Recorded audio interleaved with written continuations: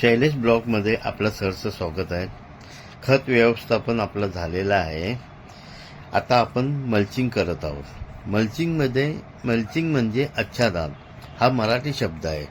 आंब्याची सुकलेली पानं व इतर सुका पाळा पाचोळा एकत्र करून खोडाच्या भोवताळी असे पसरून ठेवावे.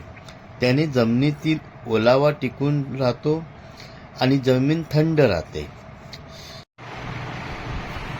सुकलेला पाळापाचोळा आणायला कुठे लांब जायची गरज नाही. ते आपल्या झाडाभोवताळी एप्रिल व मेच्या उन्हात झाडावरची गळून पडलेली पानं उन्हात सुकी होऊन आच्छादन करायला मिळतात.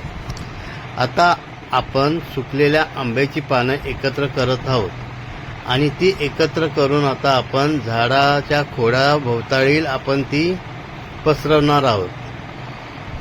हे बघा,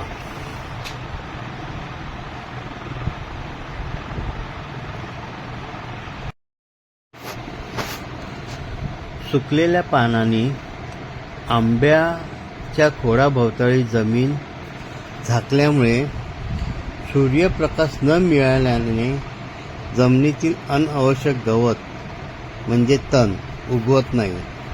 झाडाला थंडावा मिळतो. आपण टाकलेल्या खताचे पोषण टिकून राहतं आणि जमिनीतील कीटकापासून आंब्याच्या झाडाचं रक्षण होतं.